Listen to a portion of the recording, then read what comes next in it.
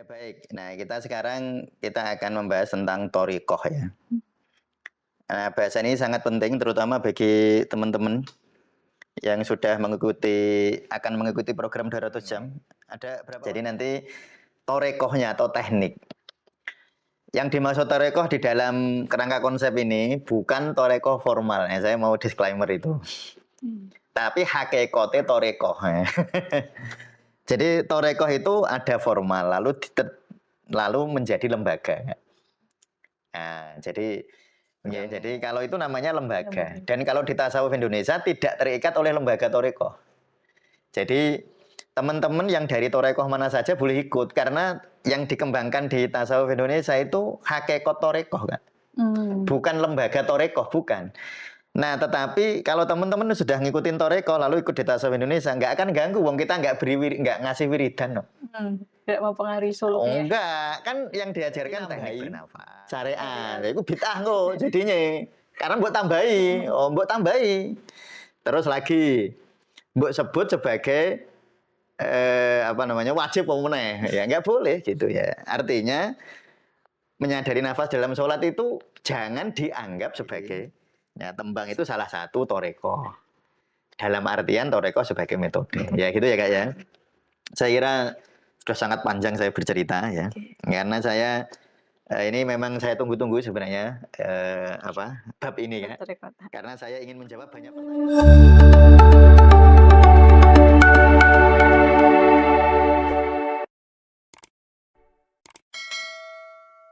Assalamualaikum warahmatullahi wabarakatuh. Waalaikumsalam warahmatullahi Halo wabarakatuh. sahabat Tasawuf Indonesia, salam bahagia untuk kita semua. Ya. Kali ini kita berjumpa kembali pada sesi kerangka konsep Sufi Healing setelah beberapa hari atau episode hiatusnya. Iya. Hari ini kita akan membahas suatu bab baru, yaitu bab 4 tentang teknik Sufi Healing. Kemarin kita sudah menuntaskan tentang metodenya. Oke, langsung aja nggak Pak untuk hari ini kita akan membahasnya. Ya baik. Nah, kita akan membahas tentang thoriqoh ya. Nah, bahasa ini sangat penting terutama bagi teman-teman yang sudah akan mengikuti program 200 jam. Ada berapa orang Mas Fatih? 19 orang ya yang sudah mendaftar mengikuti program Sufi praktisi tasawuf kami 200 jam. Ini penting ini. Jadi nanti thoriqohnya atau teknik. Yang dimaksud thoriqoh di dalam kerangka konsep ini bukan thoriqoh formal. Ya, saya mau disclaimer itu. Tapi hakikate thoriqoh. Jadi thoriqoh itu ada formal lalu menjadi lembaga. Nah, jadi yang muktabaroh kan ada thoriqoh yang muktabaroh, ada yang ghairu muktabaroh. Ada thoriqoh Naksabandiyah, Sadiliyah, Qadariyah itu kan yang Qadiriyah ya, yang sangat populer di Indonesia itu kan banyak yang muktabaroh. Kalau di ormas-ormas sudah ada lembaga-lembaga yang menaungi. Lalu ada yang mungkin yang tidak terlalu muktabaroh, misalnya cara Rumi. Rumi itu kan punya thoriqohnya sendiri. Ya, termasuk Wailing Darwis itu. Itu thoriqohnya Rumi, caranya dengan nari. Thoriqohnya Rumi. Nah, tetapi yang kita bahas di sini bukan itu. Karena itu nanti lembaga. Ya, jadi kalau itu namanya lembaga. Dan kalau di tasawuf Indonesia tidak terikat oleh lembaga thoriqoh. Jadi teman-teman yang dari thoriqoh mana saja boleh ikut karena yang dikembangkan di tasawuf Indonesia itu hakikat thoriqoh kan. Bukan lembaga thoriqoh, bukan. Nah, tetapi kalau teman-teman sudah ngikutin thoriqoh lalu ikut di tasawuf Indonesia, nggak akan ganggu, wong kita nggak ngasih wiridan. No. Nggak mempengaruhi suluk ya? Enggak, kan yang diajarkan teknik bernafas. Nah, teknik bernafas itu ilmu pengetahuan. Ya, jadi teknik bernafas yang dikembangkan di tasawuf Indonesia itu teknik bernafas berdasarkan ilmu kedokteran. Malah mungkin bisa memperdalam suluknya. Malah lebih memperdalam suluknya nanti, cara bersuluk, cara ini. Ya, jadi sekali lagi saya disclaimer itu, jangan yang ikut program 200 jam nanti jangan salah paham. Ya, jangan salah paham kalau di tasawuf Indonesia nanti ikut thoriqoh apa, dan nggak usah khawatir di sini juga ya ikut thoriqohnya macam-macam ya, bro, nggak apa-apa. Wong di sini itu tasawuf Indonesia itu kita nyebutnya kan saintifik dan katalis. Saintifik itu, jadi tasawuf Indonesia ini visi kita ya. Saintifik itu maknanya saintifik itu maknanya ilmiah. Jadi sesuatu yang ilmiah sesuai dengan hukum alam. Misalnya makan rebusan daun pandan menenangkan. Itu hukum alam. Ya kayak obat gitu. Itu kan nggak pakai dalil, nggak usah pakai dalil ya. Jadi herbal aromatik menurut ilmu pengetahuan kedokteran timur itu menenangkan nggak? Herbal aromatik itu kayak jahe itu kan aromanya muncul. Terus teh daun mint. Ya tadi sore itu belum kasih bunda daun mint dah. Saya beli daun mint mau tak kasih biar kami buat teh daun mint. Nah, daun mint itu rasanya baunya mint, jadi baunya itu harum, itu menenangkan nggak? Oh, seger. Seger, nggak perlu cari hadisnya. Oh, itu ilmiah, itu ilmiah. Nah, terus misalnya nafas 46 nafas lambat. Nafas lambat itu ya akan mempengaruhi saraf parasimpatis, ya itu otomatis. Ya itu otomatis kayak sampean kami kalau makan banyak gorengan darahnya jadi lembab. Kalau darah lembab pikiran buntu, itu otomatis kan. Oke teman-teman ya, saya itu kan misalnya ini ada buku, nah ini saya kan, nah ini ada Practitioners Medicine. Nah ini bukunya ada ini kan, ada 7 jilid yang 7 jilid. Jadi orang kalau banyak makan lembab, 8 lembab itu gorengan lah. Atau banyak lemak lah itu gorengan. Itu akan membuat orang darahnya jadi banyak dahak itu istilahnya. Bukan dahak inilah ya. Tapi darahnya jadi lengket. Kalau orang darah lengket, darah itu nggak bisa masuk ke otak lancar. Akhirnya apa? Orangnya gampang bingung. Nah, orangnya jadi gampang bingung. Makanya nanti yang harus dilakukan apa? Ya darahnya jangan dilengket, mengurangi kelengketan darah. Caranya macam-macam gitu. Nah itu namanya analisis ilmu pengetahuan, bukan analisis dalil, Nah itu yang saya sebut saintifik itu kan. Jadi kita mengembangkan biar orang mudah zikir itu kan pikirannya darahnya nggak boleh ngentel. Bagaimana mengurangi darah yang ngentel itu? Ya dengan zikir nafas. Nah, dasarnya apa? Ya nafas sendiri itu. Kalau orang nafas parasimpatik, kalau orang dia jadi nafasnya parasimpatik, jadi saraf otonom parasimpatiknya yang dominan, pikirannya lebih tenang. Nanti darah itu bisa mengurangi kelengketan sebenarnya. Kalau dilakukan teratur. Itu dasarnya apa? Dasarnya ilmu pengetahuan. Dasarnya ilmu pengetahuan gitu. Ya, jadi di sini yang kita kembangkan di tasawuf Indonesia. Nah sehingga karena kita itu pas di bab torekoh nih dan banyak pertanyaan dan saya jarang jawab. saya nggak jawab misalnya ini Pak Musamir torekohnya apa. Saya nggak akan jawab karena itu nanti saya akan masuk ke ruang nanti orang jadi merasa nggak sama dengan saya gitu loh. Kalau saya nyebut ya nyun sewu ya saya nggak nyebut. Nah, nggak nyebut karena nanti kalau saya nyebut orang akan kecenderungannya. Padahal saya ingin membebaskan. Saya itu ingin membebaskan teman-teman yang di tasawuf Indonesia itu ikut torekoh apa saja. Saya membebaskan. Ya, saya menganjurkan ikut torekoh. Menganjurkan bukan mewajibkan ya. Ya kalau ikut bagus, enggak ya enggak apa-apa gitu. Ya, bagus berarti kan sunnah ya. Jadi tidak harus. Nah makanya saya sebut tasawuf Indonesia itu saintifik ya. Saintifik itu berdasarkan analisis ilmu pengetahuan. Jadi nafasnya kok sekian. Nafasnya kok 46, 24. Hadisnya mana? Ya nggak ada hadisnya. Itu analisis pengetahuan. Berdasarkan pengalaman, atau kalau bahasa ini tajribah. Dan ternyata selaras dengan ilmu pengetahuan gitu. Termasuk nanti misalnya kalau di kita kan ininya core-nya kan dibikin nafas ya. Jadi memang di pernafasan kita bahas secara ilmiah. Ya, itu ya. Jadi torekoh yang dimaksud di sini itu hakikat torekoh, bukan lembaga torekoh. Jadi torekoh itu ada hakikatnya. Hakikat torekoh itu teknik bahasa sederhananya. Carane bagaimana agar zikir bisa lebih khusyuk. Nah, itu namanya teknik ya. Nah, caranya. Nah, kalau yang sudah punya pengikut banyak, lalu diseragamkan tekniknya. Jadilah lembaga Thoreko. Kan pengusaha udah banyak lalu dilembagakan, lalu Thoreko, lalu teknik jadi teknik. Tapi teknik itu jangan disebut sebagai syariat. Teknik itu cara untuk melakukan syariat. Cara melakukan syariat. Nah, itu teknik. Maksudnya gini, syariatnya rukuk tetap rukuk. Nah, itu tetap rukuk. Tetapi kita rukuk pelan-pelan dengan dihayati loh, dihayati. Gak ada loh syariatnya dihayati.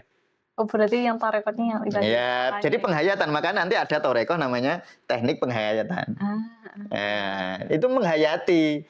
Tapi torekoh itu tidak boleh bertentangan dengan syariatnya. Nggak boleh bertentangan. Misalnya orang rukuk, ya, dia bertorekoh tapi rukuknya terus kari imam. Contoh saya makmum ya. Saya makmum terus imamnya ruko. Ya, saya kan ruko. Ruko saya harus berdasarkan syariat kalau itu. Harus ada dalilnya kalau itu. Tapi saya menghayatinya kan subjektif kan. Iya. Saya menghayati ruko ini kan bisa beda dengan Pak Imam loh menghayati rukonya. Ya. Misalnya saya ini pas lagi sedih gitu. Saya ruko kan menghayati, mengembalikan kesedihan saya kepada Allah kan. Tapi ketika orang lain dia lagi seneng rukuknya ya menghayatinya beda. Terima kasih ya Allah gitu. Tapi nggak boleh diucapin. Kalau diucapin jadi bahasa Indonesia batal sholatnya gitu. Oke.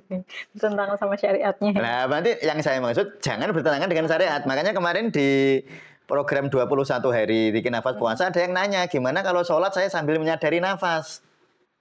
Loh kalau menyadari nafas terus lali ininya syariat. Mengganggu syariatnya jangan, atau menyadari nafas dianggap syariat malah salah. Nggak ada rukun sholat menyadari nafas itu nggak ada. Terus kalau kita nggak ada menyadari nafas itu sunnah juga nggak ada kan.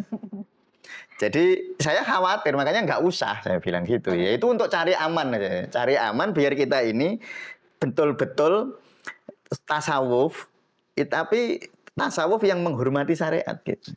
Ya, yang menghargai syariat gitu. Jadi jangan sampai nganggep menyadari nafas dalam sholat itu sunnah. Berarti nambahi syariat. Itu bid'ah kok jadinya. Karena buat tambahi. Terus lagi buat sebut sebagai wajib pemenang. Ya nggak boleh gitu ya. Artinya menyadari nafas dalam sholat itu jangan dianggap sebagai salah satu bagian dari tata cara sholat. Makanya saya khawatir kan. Saya ada kekhawatiran nanti teman-teman akan merasa bahwa itu seakan-akan jadi bagian dari syariat. Makanya saya bilang nggak usah sholat ya sholat aja. Kalau mau latihan sholat boleh. Makanya di buku Hakikat Sholat ada ya, saya di mana nggak ada. Jadi buku Hakikat Sholat saya jelaskan latihan sholat. Kalau itu latihan nggak?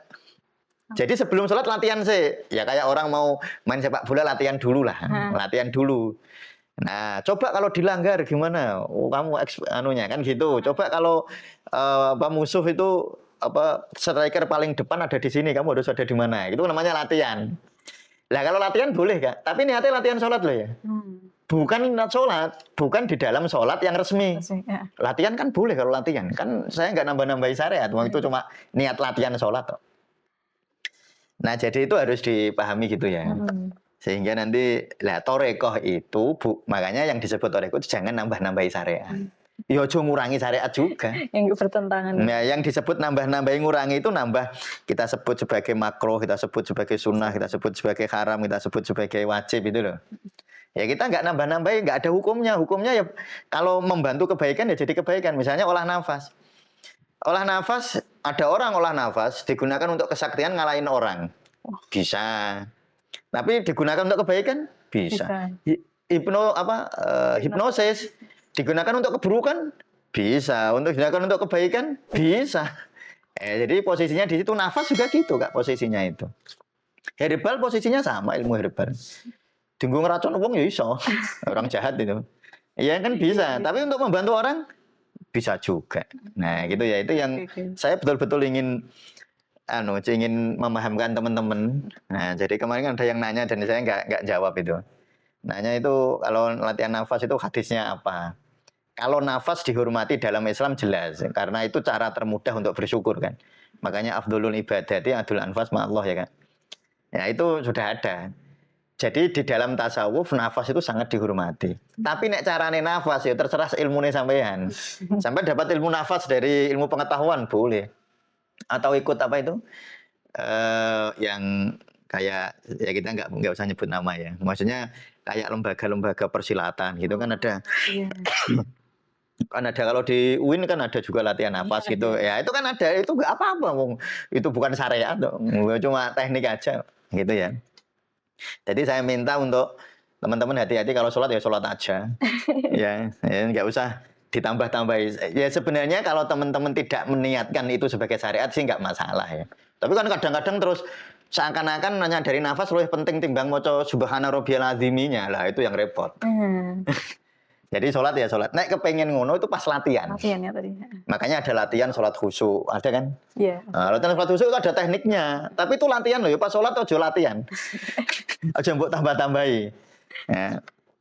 Nah itu yang saya ingin betul-betul tegaskan. Sehingga saya sudah pernah nulis artikel tentang bagaimana kita menimbang teknik nafas ini di dalam perspektif usul fikih. Saya udah nulis itu. Ya karena memang dari dulu banyak yang nanya gitu. Nanti teman-teman yang tertarik ya minta saja ke saya, tak minta, nanti tak kasih. Jadi timbangan usul fikih dari zikir nafas. Jadi ini bukan nambah-nambahi syariat gitu maksudnya. Ya, jadi jangan sampai nanti teman-teman itu nganggep zikir nafas itu jadi syariat ya. Nah jadi yang kita maksud itu ya. Saya nggak akan baca ini ya Kak ya. Nggak akan baca rincinya ya. Nah, jadi saya pertegas kembali ya Kak Ami. Jadi yang disebut torekoh di dalam buku kerangka konsep sufi healing bukan torekoh formal yang dilembagakan. Bukan, itu bisa ada bahasanya sendiri. Kalau di kampus ada kan Kak? Ada pelajarannya. Ada namanya mata kuliah. Mata kuliah apa? Tarekoh dan suluk. Nah kan ada mata kuliah itu kan. Nah itu, ini bukan yang itu loh Kak. Yang ini adalah torekoh dalam makna terdalamnya, yaitu teknik, carane. Contoh, sebenarnya Rasulullah itu ya banyak mencontohkan teknik-teknik. Misalnya repetisi, contoh ya, pengulangan. Contoh ya, kami kalau habis sholat membaca subhanallah 33 kali. Karena dicontohkan oleh Rasulullah boleh jadi syariat. Karena dicontohkan oleh Rasulullah kan, dicontoh nih. Jadi kita boleh nyebut sunnah. Tapi nek tarik nafas 24 ojo nyebut sunnah. Itu ijtihad ilmiah. Apa? Ijtihad ilmiah kedokteran gitu loh, yang dipraktekkan di dalam penghayatan ibadah gitu ya. Jadi pengulangan itu toreko. Nah cuma ini toreko yang bersanad bersanad sampai ke Rasulullah ngono dalile ngono maksudnya. Nah dan juga saya pesen ya, kalau yang disebut dalil, saya itu kan sering ngaji kemana-mana Kak.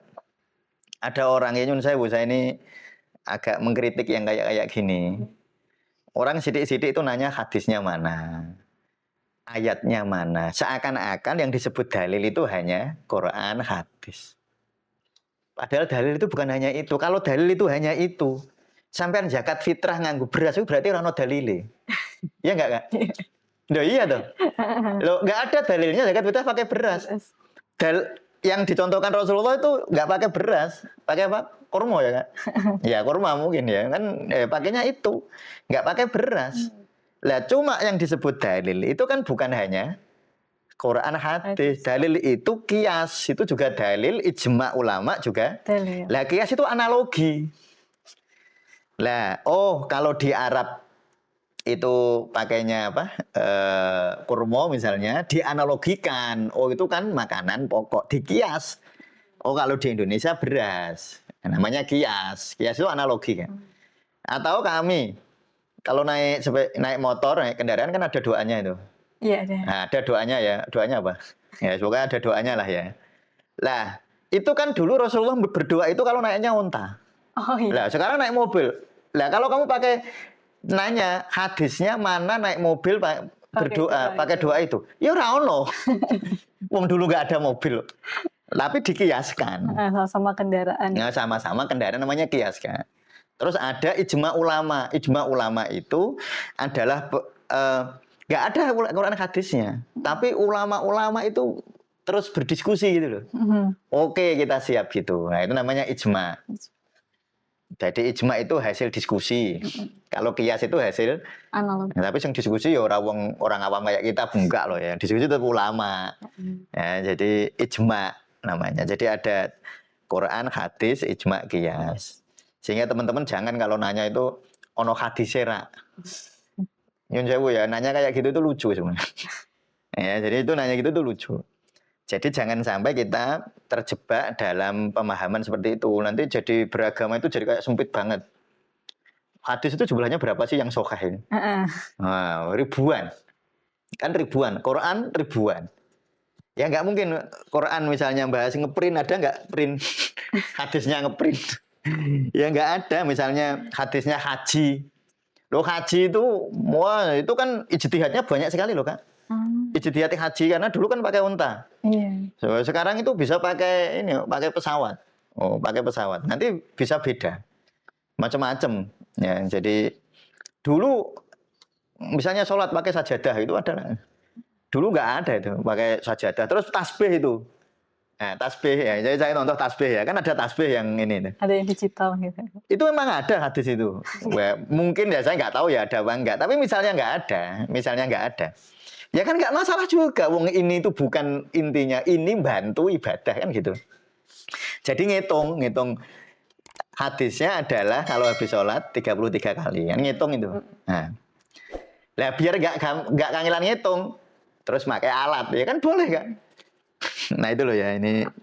Sehingga saya ingin menempatkan gini ya. Kenapa dalam bahas Thoreko saya kok agak cerewet bahas ini. Biar teman-teman memahami antara teknik dan syariat gitu. Jadi nafas itu metode Kak, Thoreko. Itu cara kita untuk menjalankan syariat gitu.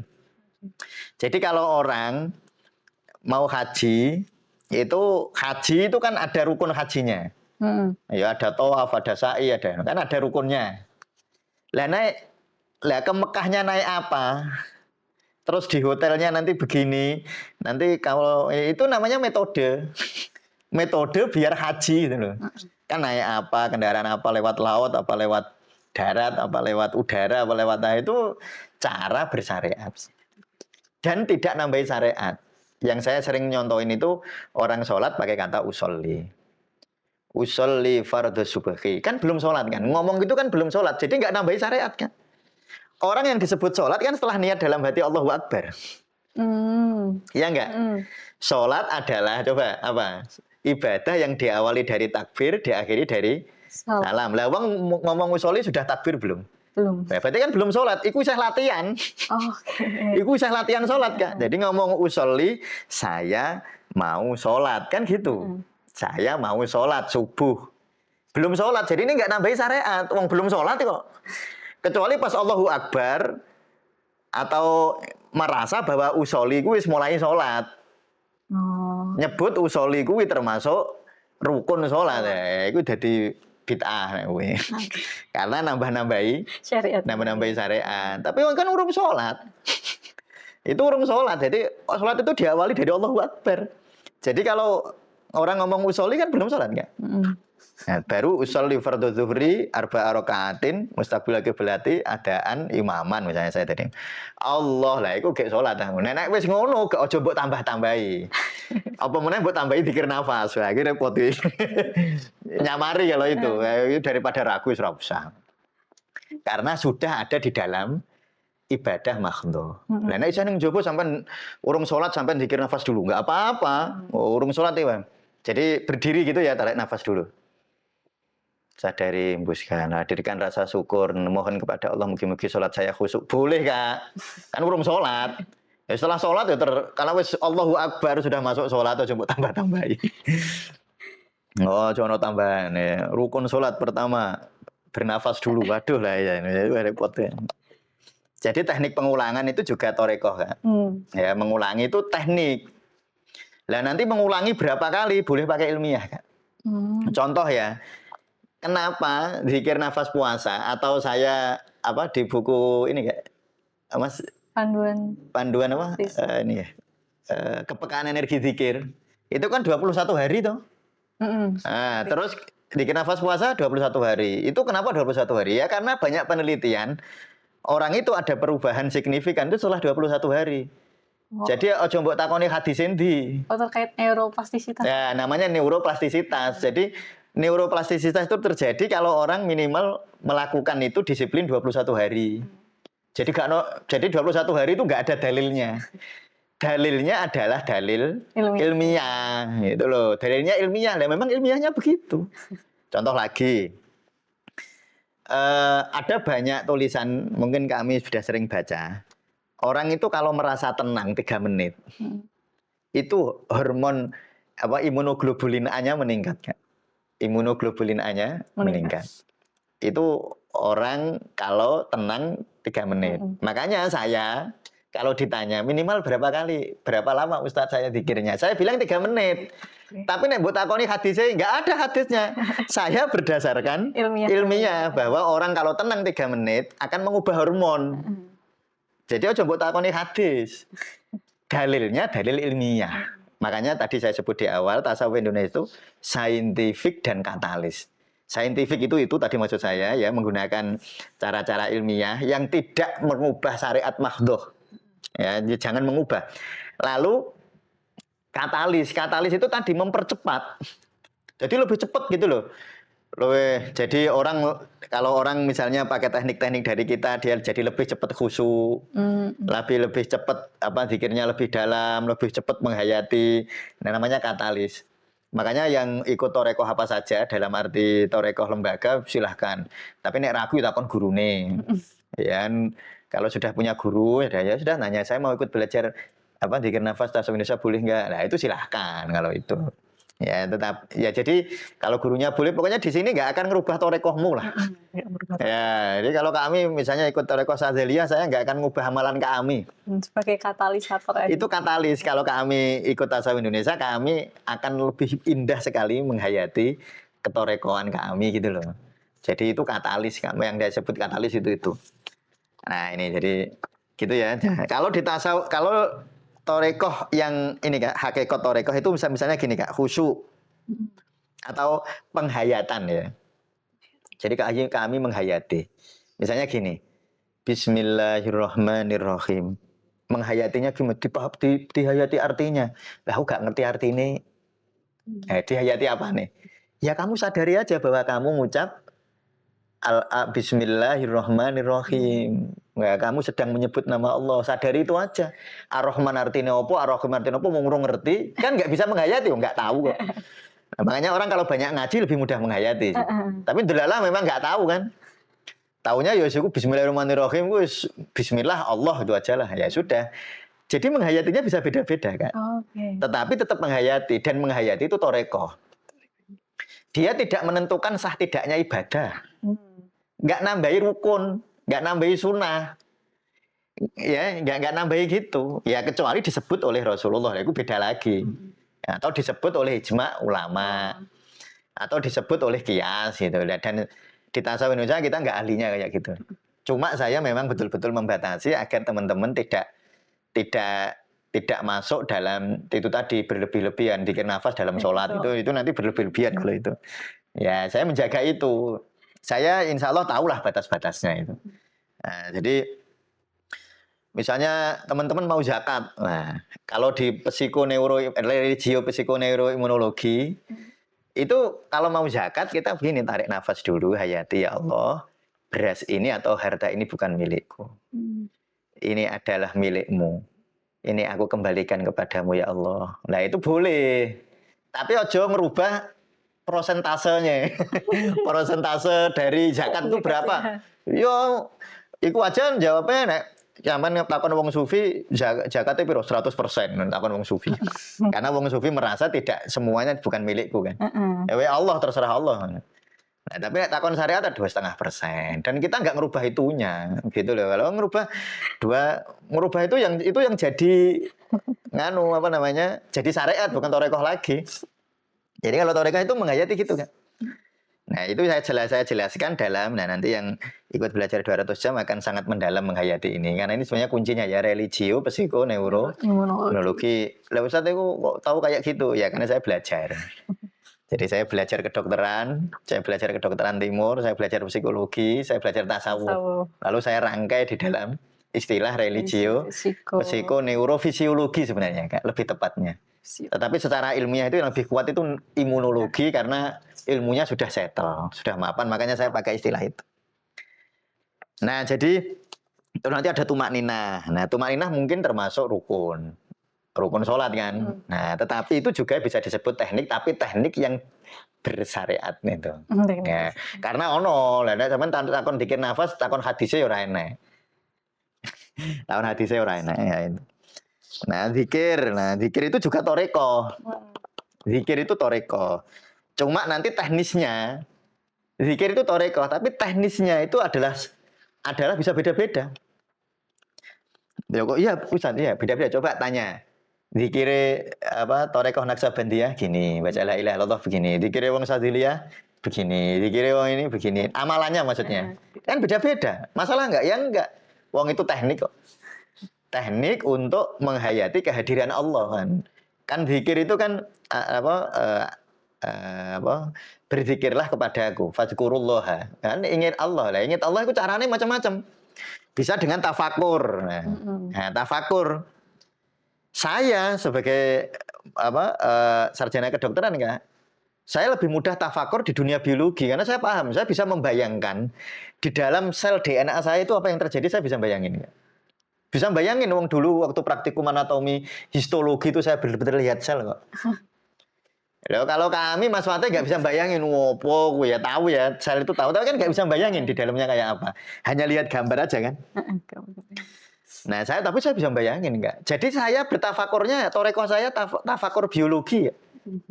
Nah, kami misalnya tafakur tentang psikologi. Wah, uang kok aneh ngono, ada yang aneh-aneh, ada yang gini, ada yang gini. Nah, gitu kan. Ada orang tafakurnya neuroscience. Ada orang tafakurnya lihat matahari. Ya bagi saya lihat matahari wis ngono iku tok ae kan ngono bagi saya. Tapi orang yang memahami astronomi, udah matahari kok bisa begitu ya, kok bisa bertahan di sana. Wah kok apa namanya bintang-bintang itu kok bisa muter di dalam ininya jalannya di dalam orbitnya loh. Hebat sekali lah. Mereka bisa bertafakur seperti itu dan bisa merasakan luar biasa. Tapi saya karena saya latar belakangnya di kedokteran, saya tafakur DNA. Wah saya bayangin betapa rumitnya. Saya bisa bayangin rumitnya. Jangankan bayangin DNA, loh, bayangin sel aja itu sudah rumitnya luar biasa. Di dalam sel kita itu ada inti sel. Nanti kok bagaimana cara oksigen masuk ke sel? Oksigen itu mlebu ning sel itu loh. Kok bisa mlebu ya? Yang lain kok nggak bisa ikut masuk. Kok oksigen tok yang masuk. Kok CO2-nya keluar. Kok ndelalah yang CO2 di luar itu kok nggak masuk gitu kan? Piye nek ngatur? Saya bisa membayangkan kerumitannya terus tafakur. Nah, tafakur itu mentafakuri DNA, hadisnya mana? Ya gak ada. Mentafakuri DNA, mentafakuri ayat-ayat Allah banyak kan. Dikias. Ya kan dikias. Misalnya tafakkaru fi ayatillah wala tafakkaru fi dzatillah kan. Berpikirlah tentang ayat-ayat Allah. Ya, tapi yang ayat Allah itu kan pirang-pirang. Nah, Rasulullah dulu yang mentafakuri kalau di apa namanya di Al-Qur'an ya Allah nyebutnya hanya hanya nyebut misalnya apa itu? Iqra bismi rabbikal ladzi khalaq khalaqal insana min 'alaq. Loh, alaq itu kan orang bisa beda-beda maknanya. Alaq itu iso dimaknani zigot, iso dimaknani segumpal darah kan. Nek segumpal darah wong objin bingung enggak? Karena orang ono asline. Tapi kan dimaknani menciptakan manusia dari segumpal darah. Iku wong objin, dokter objin atau ya dokter-dokter umum kayak apa namanya teman-teman yang dokter umum lah. Itu kan bisa membayangkan. Nah, itu keliru asline. Di alak itu dimaknani segumpal darah itu orang ono segumpal darah wong ono itu kan sperma sama telur ngumpul. Yang segumpal darah itu kan darah kan ono getah memang, tapi itu yang bukan jadi manusia. Jadi yang nyebutnya alak aja, Kak. Alak itu terus penghayatannya tergantung ilmu pengetahuan. Dulu orang pahamnya segumpal darah. Terus sekarang segumpal darah jadi keliru wes. Nah, sebenarnya jadi keliru. Terus ada lagi. Misalnya dzarrah. Wa may ya'mal misqala dzarrah. Dzarrah itu kan maknanya biji sawi kan. Lah nek saiki biji sawi ku wis gedhi gak? Padahal dzarah itu yang dimaksud dalam Al-Qur'an itu kan amal yang sangat kecil. Lah dulu orang taunya yang kecil itu ya biji sawi. Lah sekarang ini aja debunya kecil ini kan. Loh ini lebih kecil daripada biji sawi. Lalu orang maknaninya atom. Oh, atom. Loh, tapi ternyata sekarang atom bukan yang paling kecil, Kak. Yang paling kecil lagi ada dunia subatom kan. Oh, ada dunia kuantum loh. Terus piye Jal? Makanya gini, lah ilmu pengetahuan itu mentafakurinya ya tergantung kapasitas masing-masing. Nyanyi saya kalau ibu saya tak suruh mentafakuri sel bingung, Kak.